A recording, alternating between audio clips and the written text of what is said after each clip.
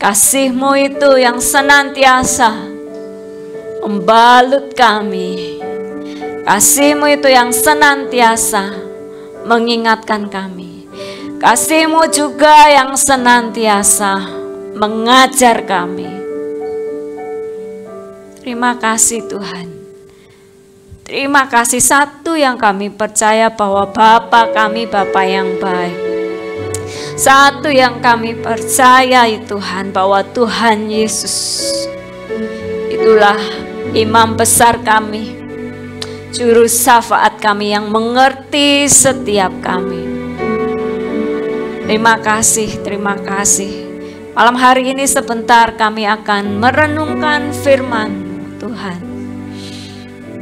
Kami mau menikmati firman-Mu, yaitu pribadi-Mu sendiri. Kami mau mengecapnya setiap kata demi kata di dalam firman-Mu yang kami akan baca, kami akan renungkan. Kami mengecapnya Tuhan, seperti kami menikmati Engkau, pribadi-Mu sendiri. Kami gak mau tergesa-gesa Tuhan. Kami gak mau lari ke sana sini Tuhan. Tetapi hati kami mau teduhkan, kami mau tundukkan setiap pemikiran-pemikiran kami di bawah pemikiran Kristus, di bawah firman-Mu. Terima kasih. Roh Kudus berkarya sepenuhnya karena kami sangat membutuhkan Engkau. Terima kasih Tuhan, terima kasih. Malam hari ini Roh Kudus yang manis berkarya untuk setiap kami. Dan hati kami menjadi hati yang lembut. Hati kami menjadi tanah yang subur untuk setiap benih firman-Mu. Dan kami merindukan firman-Mu untuk setiap kami. Terima kasih Tuhan Yesus, dalam nama-Mu saja kami akan sama-sama merenungkan firman-Mu untuk setiap kami. Amin. Silakan duduk saudara-saudara yang kekasih di dalam nama Tuhan. Malam hari ini mengucap syukur, terima kasih karena setiap kali di dalam hadirat-Nya itu senantiasa ada kekuatan baru. Saya sama-sama kita tahu gitu ya, capek gitu, panas, ini panas sekali gitu kan ya, tapi mungkin banyak permasalahan, pergumulan, tapi biarlah kita setiap kali di dalam hadirat-Nya kita mau senantiasa menikmati. Biarlah setiap kali kita masuk di dalam hadirat-Nya, percayai bahwa hadirat-Nya itu yang menjadi kekuatan kita. Hadirat-Nya itu yang senantiasa memulihkan kita. Biarlah kita gak tergesa-gesa setiap kali ada di dalam hadirat-Nya. Biarlah kita senantiasa tidak sibuk sendiri setiap kali kita masuk di dalam hadirat-Nya, sehingga kita gak dapat apa-apa. Sehingga kita ini gak disibukkan dengan pemikiran kita sana sini, tetapi biarlah setiap kita malam hari ini, Jemaat House of Kana, ketika kita datang di dalam hadirat-Nya, biarlah kita menikmati Dia saja.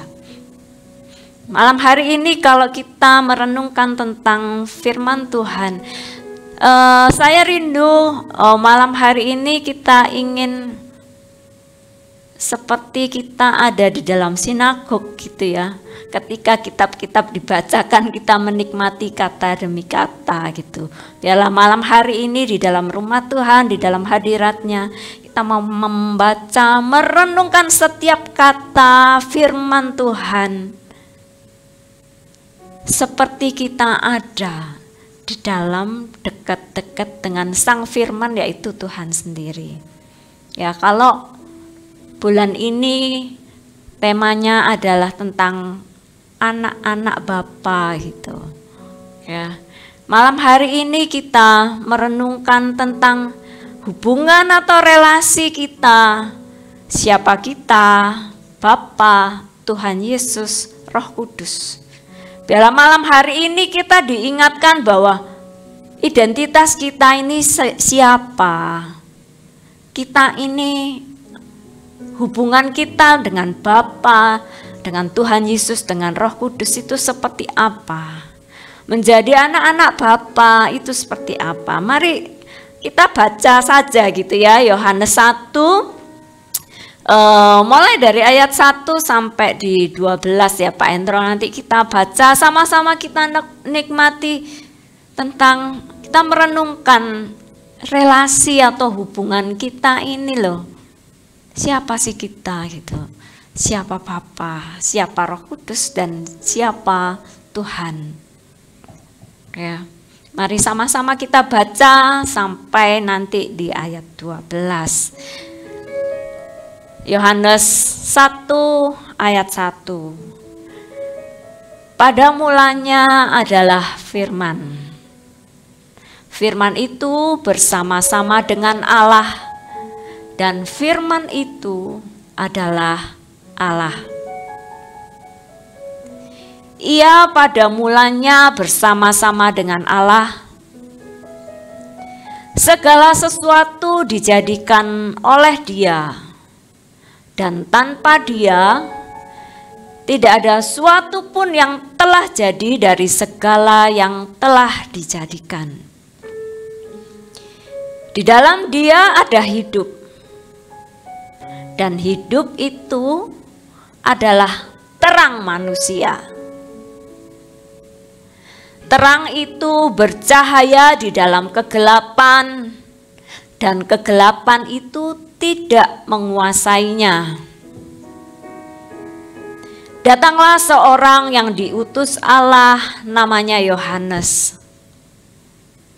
Ia datang sebagai saksi untuk memberi kesaksian tentang terang itu, supaya oleh Dia semua orang menjadi percaya.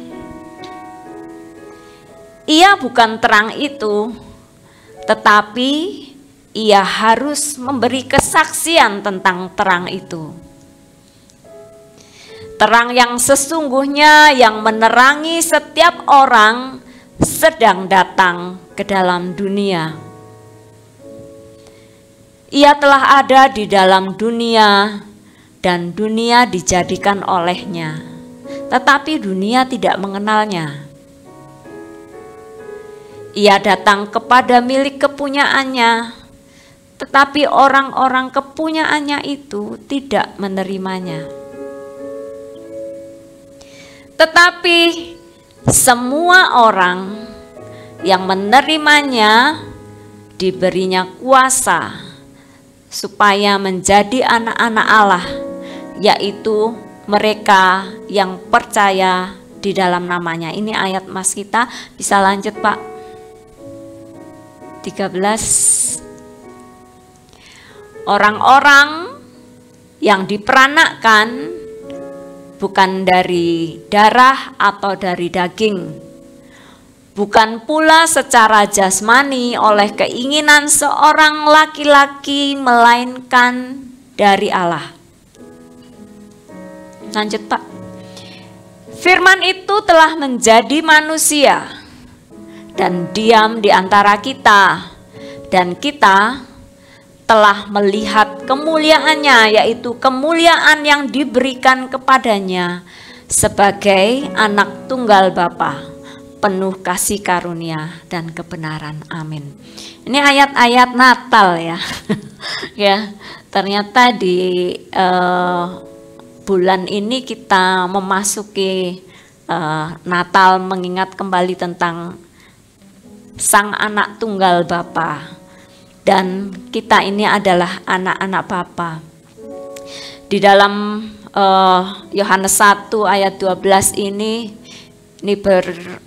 disampaikan di dalam firman Tuhan, kita menikmati bahwa Sang Firman, yaitu Tuhan sendiri, itu yang mengadakan segala sesuatunya Mulai dari awal penciptaan segala sesuatu dijadikan oleh Dia.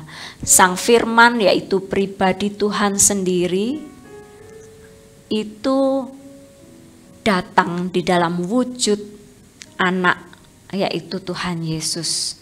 Dia datang kepada kita umatnya ya. Pertama-tama datang kepada umat Israel, tapi milik yang dibilang milik kepunyaannya, tetapi milik kepunyaannya itu menolak dia. Dia datang sebagai terang, tetapi dunia menolak gitu. Nah, sekarang status yang diberikan oleh Bapa yaitu menawarkan, memberikan, yaitu kepada siapa yang menerima terang itu, menerima firman itu, menerima sang firman, yaitu Tuhan, menerima Dia, itu diberi kuasa untuk menjadi anak-anak Allah, yaitu mereka yang percaya di dalam namanya. Ya, ini yang ditawarkan Tuhan, ditawarkan oleh Bapa untuk setiap orang yang mau menerima Dia, yaitu orang yang percaya kepadanya. Nah, ini beberapa minggu yang lalu kan sudah disampaikan di dalam firman ya, Pastor Gary kalau nggak salah ya, menyampaikan bahwa yaitu yang percaya di dalam namanya. Kita itu bisa menerima ya, tapi nggak percaya gitu ya. Tapi yang di sini dikatakan menerima karena percaya. Itu yang disebut sebagai anak-anak Bapa, anak-anak Allah. Jadi satu pertanyaan gitu. Kita ini sebagai, kalau kita ngomong sebagai anak-anak Allah, anak-anak Bapa, kita itu percaya enggak sih di dalam namanya? Itu adalah pertanyaan gitu. Seringkali ya, yang sering terjadi adalah kadang itu kita enggak percaya kepada Bapa itu. Status sebagai anak-anak Bapa itu adalah inisiasi atau intervensi Bapa sendiri gitu kepada kita. Kalau kita ini mau menerima Dia, menerima, kalau kita percaya, kita bisa terima kalau kita itu percaya. Tapi tantangannya adalah nggak semua orang, bahkan yang disebut Kristen pun gitu ya, belum tentu dia percaya kepada sang firman. Ya. Status kita sebagai anak sama sekali bukan upaya kita. Status kita sebagai anak-anak Bapa itu sama sekali bukan karena kita mau, tetapi karena Tuhan itu yang memanggil, Tuhan yang menawarkan, Tuhan yang memberikan. Ya, tinggal kita ini mau percaya kepada Dia atau tidak. Ya, di dalam firman tadi di ayat pasal 1 tadi kan banyak yang menolak karena tidak percaya. Sampai sekarang pun ya, ini kan masih menunggu-nunggu tuh Mesias gitu. Padahal Tuhan Yesus sudah datang menyelamatkan, ini tinggal Tuhan Yesus datang kedua kali, tetapi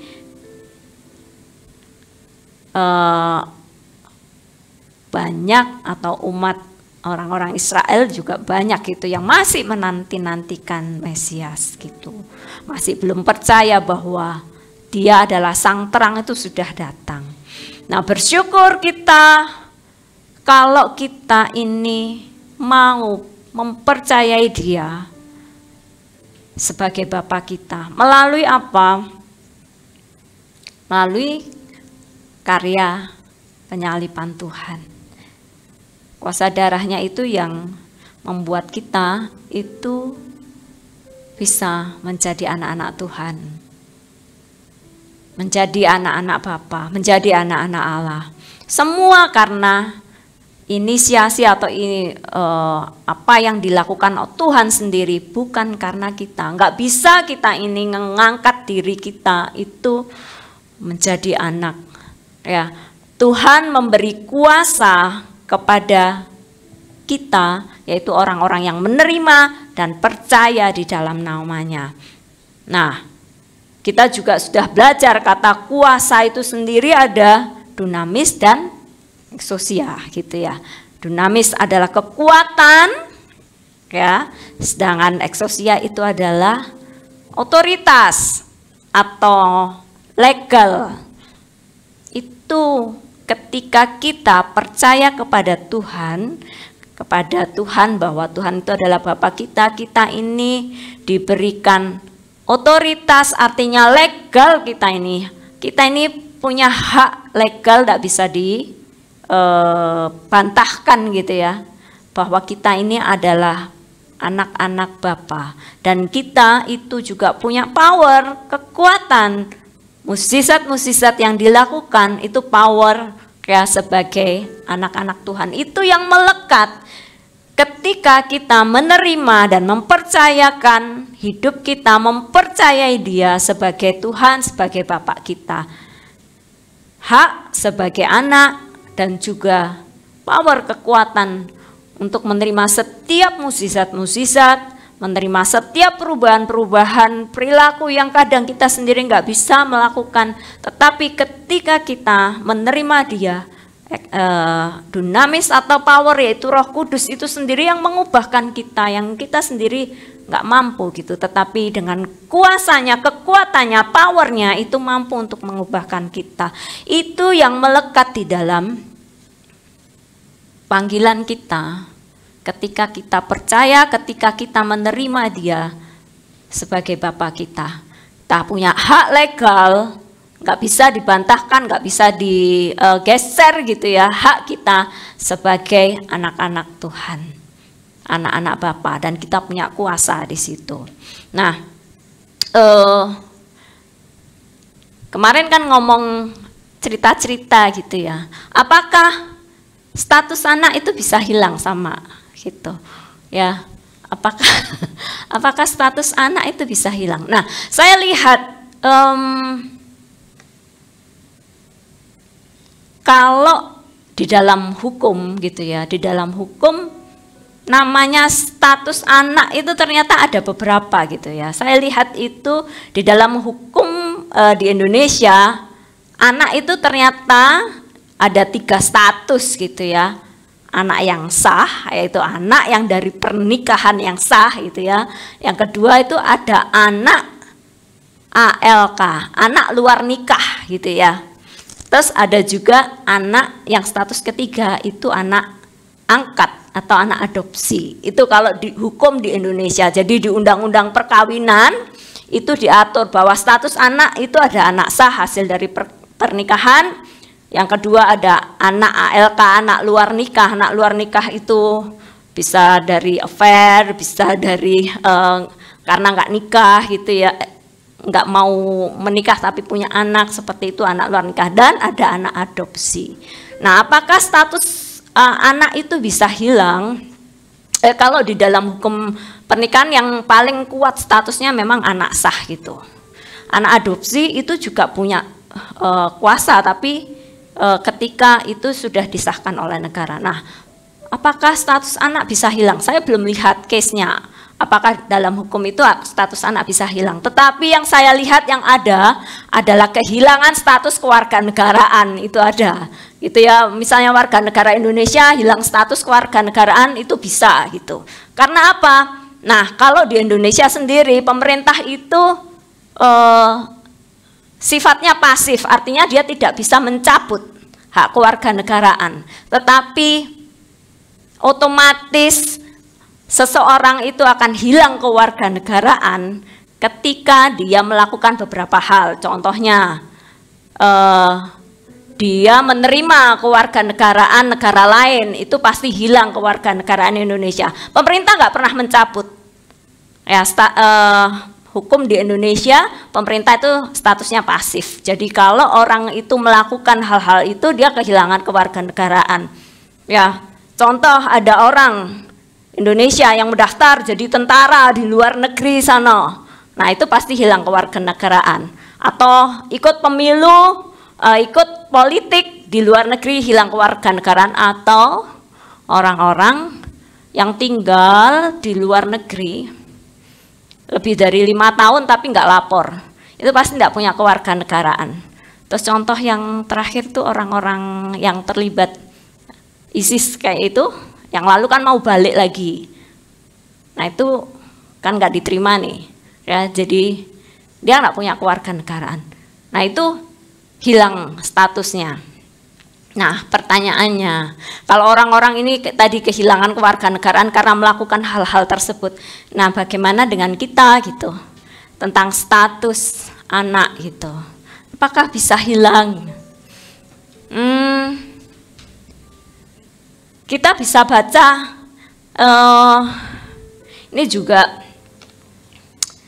sebenarnya kita ini, Tuhan sih kalau kita baca di Lukas 15 gitu ya, di Lukas 15 ayat 11 sampai di 32, itu kan waktu itu Tuhan memberi perumpamaan, ada 3 perumpamaan tentang yang hilang gitu. Salah satunya adalah perumpamaan yang disampaikan Tuhan tentang anak yang hilang gitu. Nah ini kita sama-sama renungkan malam hari ini ya, di Lukas 15 ayat 11 ini kita semua tahu tentang cerita tentang anak yang hilang ini ya. Jadi kita lihat seseorang, ya Pak dibaca aja deh Pak, Lukas 15 ayat 11. Yesus berkata lagi, ada seorang mempunyai 2 anak laki-laki.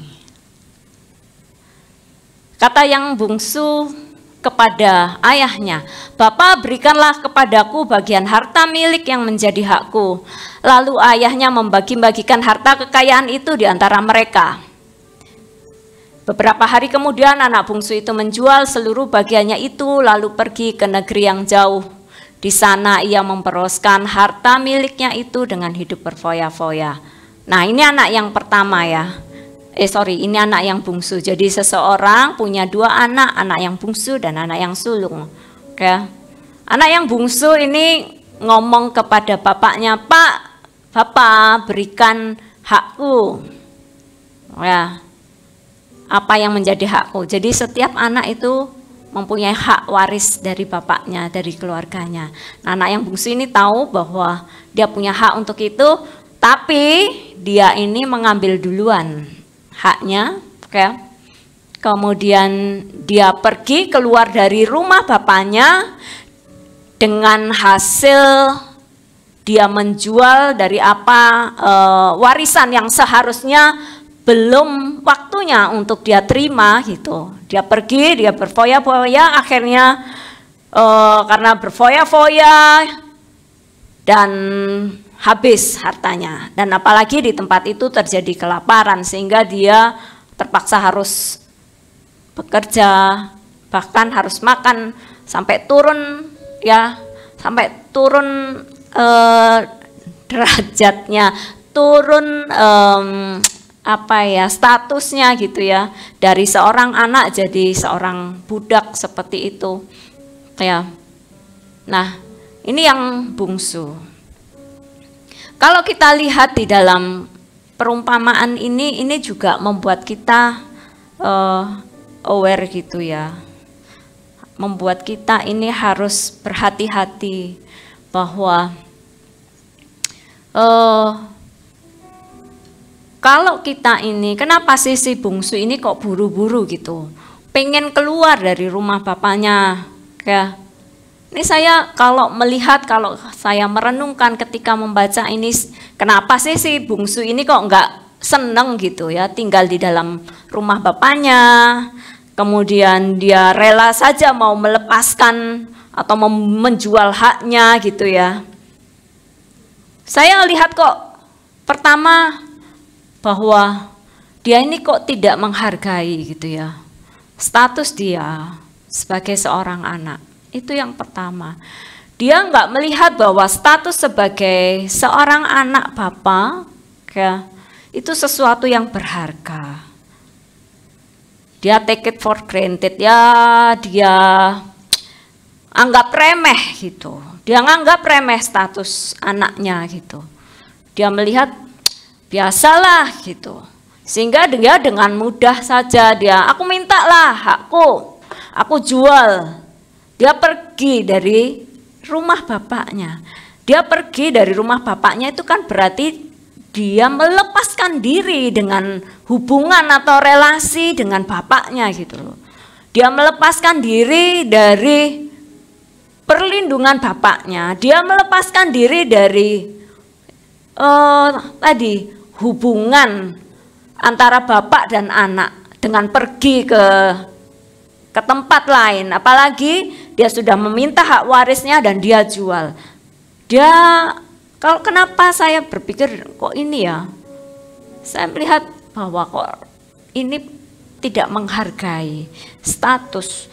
Dia melihat bahwa itu remehlah hubungan tentang bapak dan anak itu. Bukan sesuatu yang berharga, yang patut dihargai, dipertahankan. Ini juga biarlah kita jadi aware, jadi hati-hati di dalam kita. Ketika kita ini sudah mempercayai dia, sudah menerima dia sebagai Bapa kita, ketika kita tidak menghargai hubungan itu, ketika kita tidak menghormati hubungan bapak dan anak, kita ini dengan mudah itu melepaskan status kita sebagai anak-anak Bapa, menjual gitu. Ketika kita nggak menghormati, tidak menghargai bahwa hubungan itu sangat berharga, hubungan itu sangat berarti, hubungan bapak dan anak itu sangat berarti.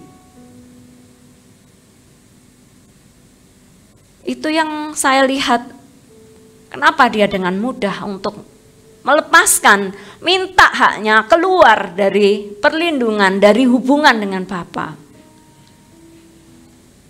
Yang kedua juga mungkin karena dia melihat bahwa tidak mempercayai bahwa bapaknya itu menyediakan yang terbaik buat dia. Dia berpikir bahwa di luar sana itu mungkin lebih baik gitu. Di luar sana mungkin lebih banyak benefit buat dia. Di luar sana mungkin dia bisa mendapat kesenangan yang lebih dari rumah bapaknya. Sehingga dia dengan mudah, dia pengen keluar saja gitu.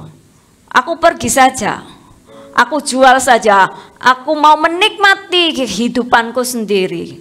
Mau menikmati dengan gaya hidupku sendiri, nggak ada yang ngatur, nggak harus mengikuti apa yang dikatakan Bapak, nggak harus mengikuti aturan atau value-value dalam keluarga itu.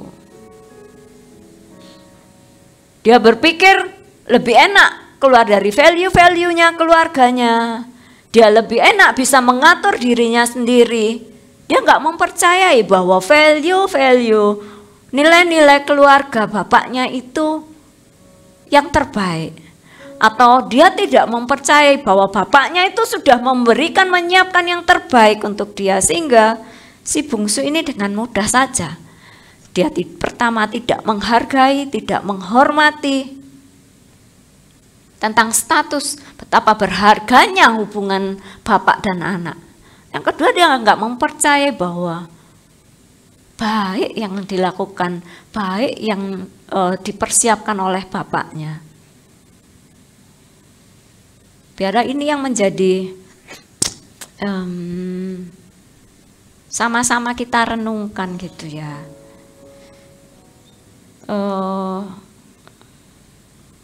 Menghargai, menghormati pentingnya hubungan kita dengan Bapa, hubungan kita dengan Tuhan, bahwa itu suatu hubungan yang sangat-sangat berharga. Hubungan yang nggak terukur gitu, hubungan yang nggak bisa digantikan. Ketika kita ini yang nggak layak, tapi Tuhan itu memberikan sepenuhnya hidupnya untuk kita, mati untuk kita.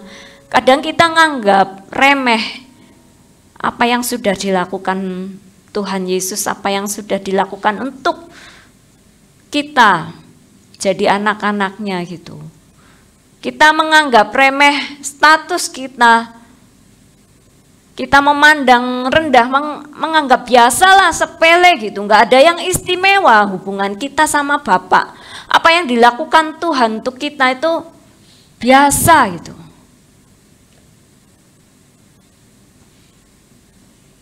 Atau kita nggak mempercayai dia bahwa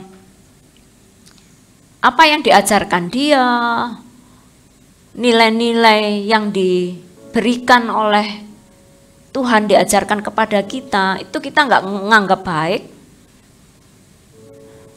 Kita nggak menganggap itu sesuatu yang baik untuk kita. Diatur-atur, disuruh datang, disuruh beribadah, disuruh baca firman, disuruh mengasihi, disuruh mengampuni. Nilai-nilainya kok seperti itu gitu. Kadang kita mikir bahwa kan lebih enak tanpa ada aturan-aturan itu. Kan lebih enak kita bisa menggunakan masa muda kita atau kita menggunakan waktu kita dengan apa yang menurut kita menyenangkan gitu. Tapi sesungguhnya apa yang diminta, yang diajarkan oleh Bapak itu sesungguhnya itu untuk kebaikan kita, itu yang kita nggak sadari. Saya lihat untuk saat-saat ini sering kali gitu kita itu tidak tahan dengan yang namanya proses. Kita itu lebih seneng celebration-nya gitu. Perayaannya kita lebih senang. Apalagi sekarang gitu ya, anak-anak kita, anak-anak milenial itu mereka lebih suka celebration-nya gitu ya, daripada menikmati prosesnya. Padahal di dalam proses itu ada sesuatu yang tidak bisa digantikan. Contohlah Pastor Gary. Berapa lama ada Pastor Gary berproses, tanyain, untuk nge-gym sehingga dia bisa sehat badannya sekarang six pack. Berapa ya packnya nggak tahu gitu. Tapi kita itu melupakan yang namanya proses, nggak tahan. Yang namanya proses itu kesuwen gitu. Anak-anak kita, anak-anak milenial lebih suka hip-hip huranya gitu. Lebih suka perayaannya. Contoh, ayo belajar piano, rutin belajarlah. Mana ada yang tahan. Tapi pengennya mau tampil, waduh bisa begini. Weh, itu ada proses gitu.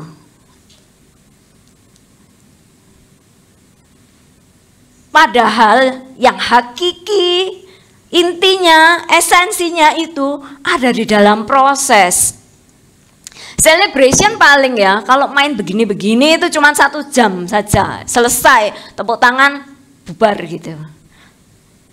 Tetapi proses itu ya, yang setiap hari itu yang membentuk kita, yang memampukan kita, dan itu tidak akan berubah.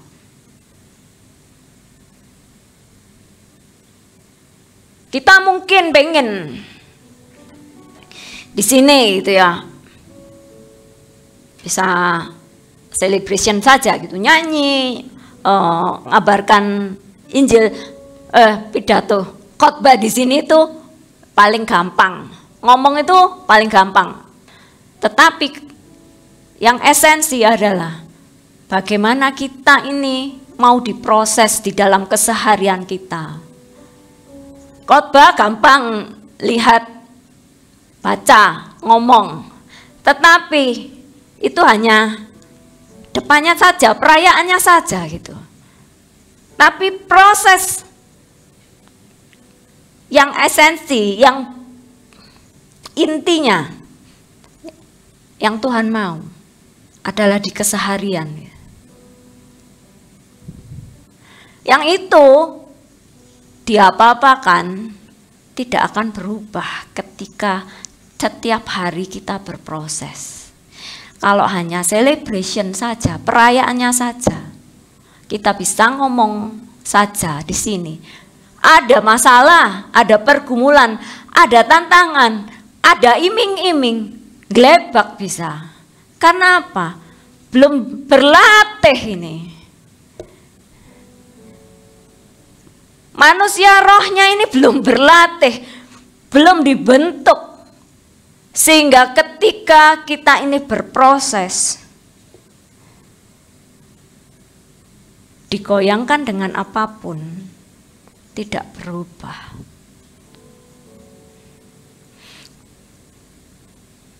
Biarlah ini yang sama-sama kita mau renungkan ya.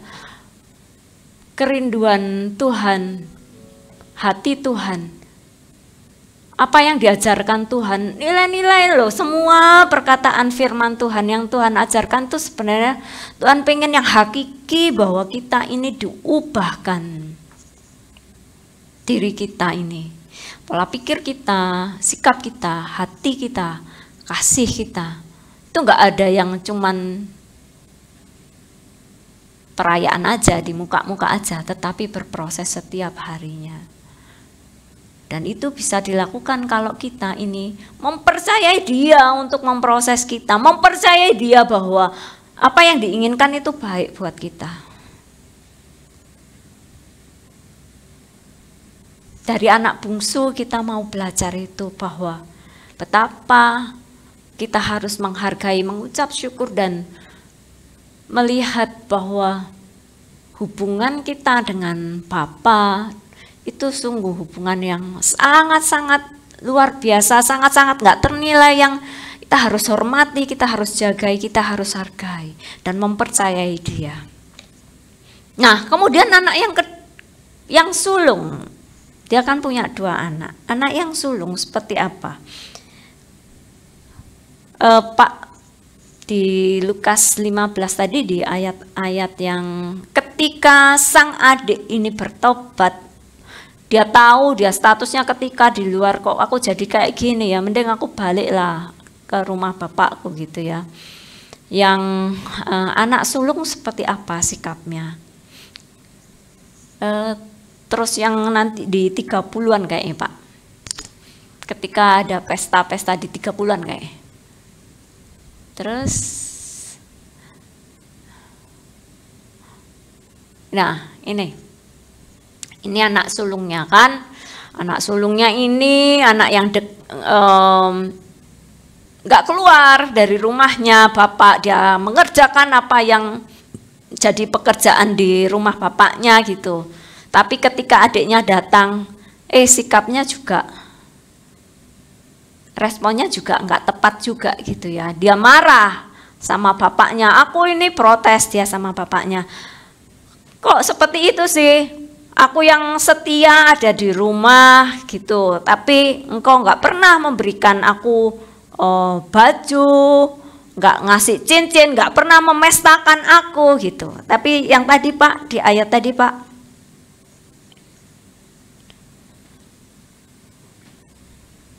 (30) ya tadi Pak.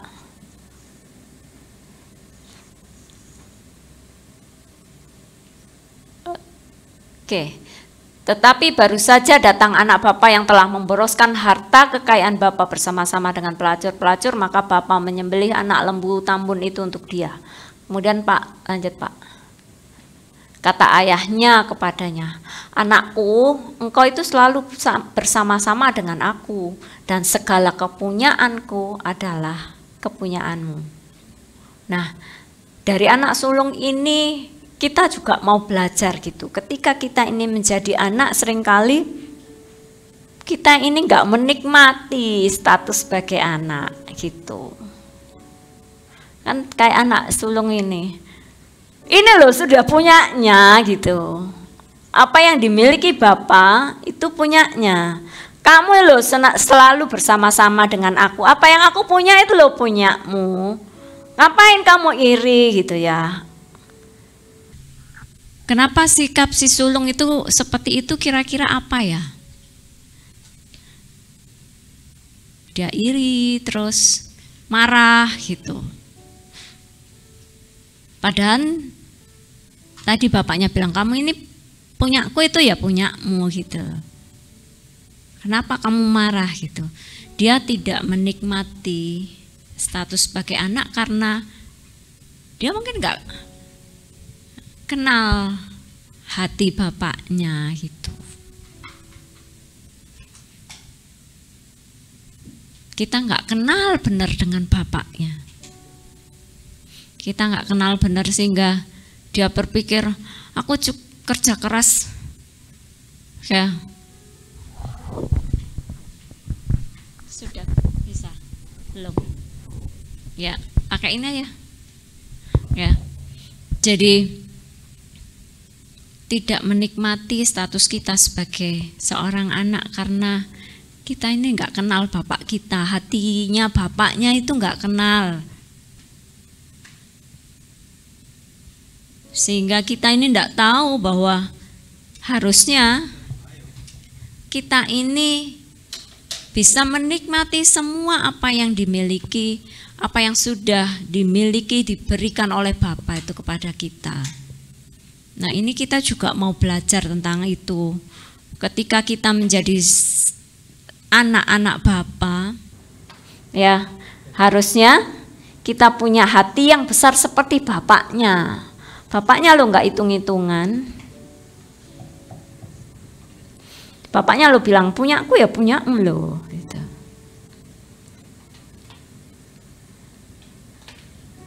Ketika adiknya balik, kok nggak suka gitu. Dia nggak kenal benar dengan bapaknya. Dia nggak kenal hati bapaknya. Harusnya ketika dia menjadi anak bapaknya, dia tahu hati bapaknya itu. Hati bapaknya itu mengasihi. Hati bapaknya itu berkemurahan. Nah, kita sebagai anak seringkali kayak si sulung ini. Tidak menikmati anugerah besar yang sudah Tuhan beri untuk kita. Tidak menikmati kalau bapaknya itu berkemurahan. Ya, ketika kita ini nggak kenal hati bapaknya, jadinya kita akan seperti anak-anak ini, anak sulung ini. Kalau ada teman yang diberkati, ngiri gitu. Biarlah kita mau belajar bahwa Bapak kita itu punya hati yang mengasihi, berkemurahan, dan kita sebagai anak-anaknya ya seperti itu. Nikmati kita ini memperoleh dengan cuma-cuma gitu dari Bapak, diberikan cuma-cuma dari Bapak. Harusnya kita juga tidak target, tidak transaksional gitu loh. Orang kita diberi gratis oleh Tuhan kok.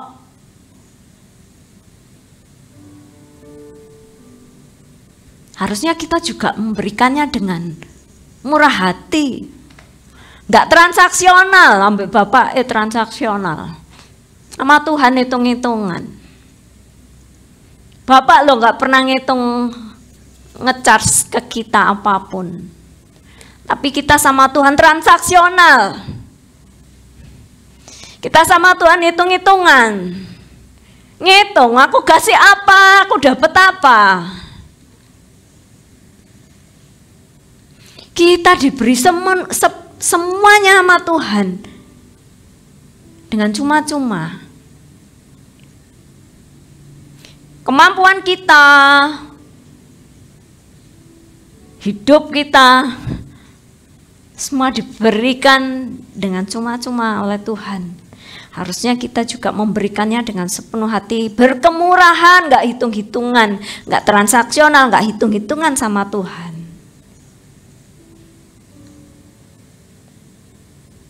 Karena kita tahu bahwa kita ini kaya, bahwa kita ini diberkati berlimpah. Tapi seringkali salahnya adalah kita mikirnya terlalu sempit sih. Ngitungnya duit doang gitu.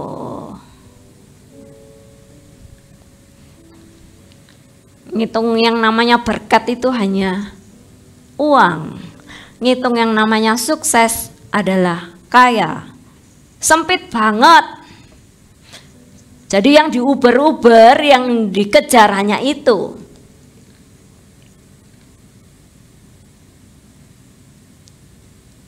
Kita mau belajar malam hari ini bahwa kehilangan status anak itu bukan dari Bapak. Sikapnya Bapak sudah jelas di sini dikatakan. Ketika anaknya bertobat balik, diterima loh, dipestakan. Tuhan tidak pernah mencabut status anak. Sikapnya jelas. Anaknya balik, bertobat, kasih jubah, dikasih kasut, dikasih cincin, diterima. Siapa yang membuang status anak? Kita.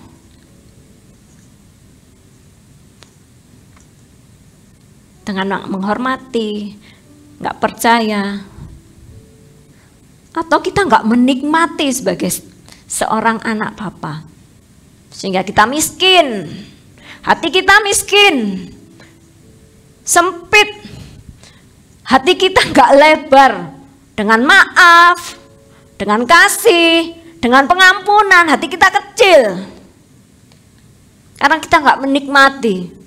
Kasihnya Bapak gede gitu untuk kita, bolak-balik salah diampuni. Kita nggak menikmati itu sehingga apa? Hatinya kecil, ada orang yang menyakiti kita sudah nggak akan dilepaskan. No, biar kita punya hati yang besar seperti Bapak kita. Biarlah kita punya kasih yang besar seperti Bapak kita, mudah banget ngampuni gitu loh. Nggak diinget-inget, orang Jawa ngomongnya apa? Dienteng-enteng gitu ya. Diinget-inget. Salahmu kayak gitu, enggak, aku akan ampuni. Kecil sekali hatinya. Enggak pernah ya diampuni Bapak ya? Enggak pernah ya.